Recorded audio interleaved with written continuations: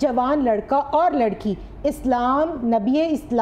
نبی رحمت صلی اللہ علیہ وسلم نے جو شریعت قائم کی ہے اس کے اندر دونوں کو اس چیز پر ابھارا کہ وہ ایک دوسرے کو دیکھ لیں۔ انہوں نے کہا یا رسول اللہ صلی اللہ علیہ وسلم میں فلاں قبیلے کی ایک خاتون سے نکاح کرنے کا ارادہ رکھتا ہوں۔ آپ نے فرمایا کیا آپ نے اس کو دیکھا ہے؟ انہوں نے کہا نہیں۔ آپ نے فرمایا انظر الیہا،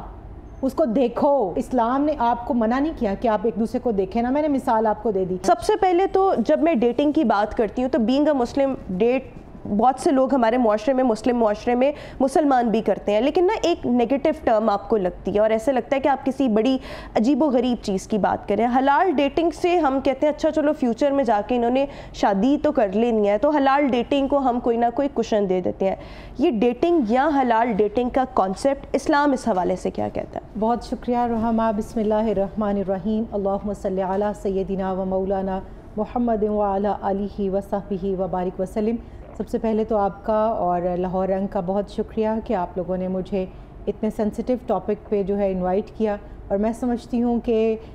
وہ جو ہم بریک میں بات کر رہے تھے کہ کبوتر کی طرح سے آنکھیں بند نہیں کرنی چاہیے اور ہمیں ایسے بلنٹ ٹاپکس پہ بات کرنی چاہیے، کیونکہ یہ ہماری نوجوان نسل کے حال اور مستقبل کی بات ہے۔ آپ نے اپنی جو ابتدائی گفتگو ہے اس میں دو چیزوں کو بہت وضاحت کے ساتھ ہمارے تمام ویورز کے گوش گزار کیا، میں انہی کو لے کے اپنی بات کے جواب کی طرف بڑھوں گی۔ سب سے پہلے تو حلال اور حرام ڈیٹنگ، اس کا کیا کانسیپٹ ہے؟ دیکھیے علامہ اقبال رحمہ اللہ نے کہا تھا کہ یہ پیر کلیسا کی کرامت ہے کہ جس نے بجلی کے چراغوں سے منور کیے افکار۔ ہمارے پاس قرآن و حدیث ہے، ہمارے پاس سنت رسول صلی اللہ علیہ وسلم ہے، ہمارے پاس دور نبوی صلی اللہ علیہ وسلم کے 63 سال ہیں، ہماری ساری خیر، ہماری روشنی، ہدایت، رہنمائی تمام کی تمام اس سے وابستہ ہیں، اور زندگی کا کوئی گوشہ ایسا نہیں ہے کہ جس میں ہمارے پاس گائیڈنس موجود نہیں ہے۔ اگر ایسی بات ہوتی تو نعوذ باللہ قرآن کریم میں یہ جو اللہ کریم نے فرمایا لَقَدْ كَانَ لَكُمْ فِي رَسُولِ اللَّهِ أُسْوَةٌ حَسَنَةٌ، پھر ہم اس کی صداقت کو آج بیٹھ کے جانچ رہے ہوتے۔ اب اس حوالے سے بھی آپ یہ دیکھیے کہ شادی ایک جوان لڑکا اور ایک لڑکی، ان دونوں کا حق ہے، اور ایک وقت ایسا آتا ہے کہ اگر آپ کو اپنے جذبات کے اوپر کنٹرول نہیں ہے تو وہ شادی فرض ہو جاتی ہے، نکاح فرض ہو جاتا ہے اس لڑکے کے اوپر کہ وہ افورڈ بھی کر رہا ہے، فزیکلی بھی، فائنینشلی بھی، اور وہ نکاح نہیں کر رہا تو اس کے اوپر فرض ہے کہ وہ اس وقت میں نکاح کرے، سنت سے بھی ایک درجہ آگے۔ اب اس کے لیے کیا کہا گیا ہے کہ 4 چیزوں کو دیکھیں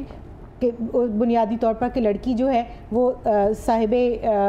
جو ہے وہ نسب ہو، اچھا اس کا حسب نسب ہو، دوسری چیز کیا کہ وہ صاحب کردار ہو، اس کی سیرت اور دینی اعتبار سے، پھر اس کا جو ہے وہ آپ ظاہری جو خوبصورتی ہے وہ دیکھیے، اور چوتھے نمبر پر یہ کہا گیا کہ آپ اس کے جو اوصاف ہیں آپ ان کو دیکھیے۔ اب ہمیں یعنی اس میں دولت کو بھی شمار کیا گیا، ثروت کو بھی شمار کیا گیا، لیکن انفارچونیٹلی ہم اتنے مٹیریلسٹک ہو گئے ہیں کہ ہم باقی چیزوں کو دیکھتے ہیں، ترجیح جو ہے دینداری اس کو اہمیت نہ زندگی کے معاملات میں ہے نہ شادی کے معاملات میں۔ اب آپ کرنے جا رہے ہیں نکاح، جو کہ اسلام نے ایک آپ کو سوشل ایگریمنٹ دیا ہے اور دین نے اس کو ایک نجات کا راستہ کہا ہے، آپ کے ایمان کی حفاظت کا، تقویت کا، افزائش نسل کا، آپ کی لائف کا، اور آپ کی لائف کے بعد آپ کے بچوں کی، آپ کی نسل کی شکل میں آپ کے نسب کی بھی آگے پروگریشن کا، لیکن اس کو اگر ہم غیر شرعی طریقے سے پروان چڑھانے کی کوشش کریں گے تو یہ غلط بات ہے۔ لیکن دور نبوی صلی اللہ علیہ وسلم کی میں آپ کو 2 مثالیں دیتی ہوں اور پھر آپ کو میری بات سمجھ آ جائے گی۔ سب سے پہلے حضرت مغیرہ بن شعبہ رضی اللہ تعالیٰ عنہ، صحیح مسلم شریف کی یہ روایت ہے، انہوں نے کہا یا رسول اللہ صلی اللہ علیہ وسلم میں فلاں قبیلے کی ایک خاتون سے نکاح کرنے کا ارادہ رکھتا ہوں۔ آپ نے فرمایا کیا آپ نے اس کو دیکھا ہے؟ انہوں نے کہا نہیں۔ آپ نے فرمایا انظر الیہا، اس کو دیکھو۔ اب یہاں پر ایک سوال آج کے جو جتنے بھی ڈیٹنگ لوگ کر رہے ہیں نا،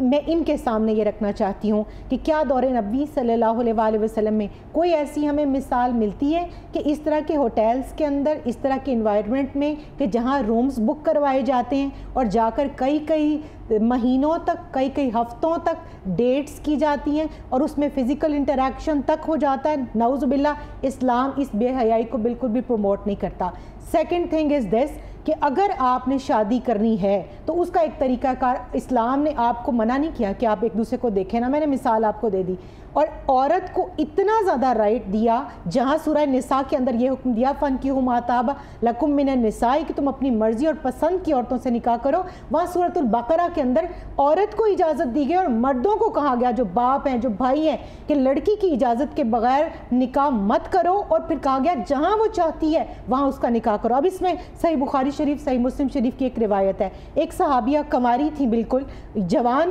صحابیہ، حضرت خنسہ بنت خزام رضی اللہ تعالیٰ عنہ، ان کے والد نے پریشر ڈال کے ان کا نکاح کر دیا، جس کو آج ہم جبری نکاح کہتے ہیں۔ وہ آپ صلی اللہ علیہ وآلہ وسلم کے پاس آئیں اور انہوں نے کہا یا رسول اللہ صلی اللہ علیہ وآلہ وسلم، میرے والد نے زبردستی میرا نکاح کر دیا ہے، جو شخص مجھے پسند نہیں ہے۔ آپ نے ارشاد فرمایا اگر تم اس کے نکاح میں رہو،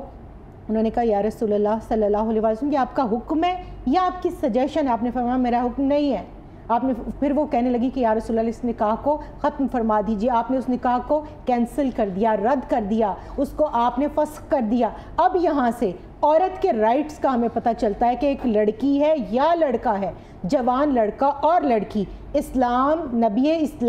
نبی رحمت صلی اللہ علیہ وآلہ وسلم نے جو شریعت قائم کی ہے اس کے اندر دونوں کو اس چیز پر ابھارا کہ وہ ایک دوسرے کو دیکھ لیں، لیکن ایک کنٹرولڈ انوائرمنٹ کے اندر، ایک شرعی طریقے سے۔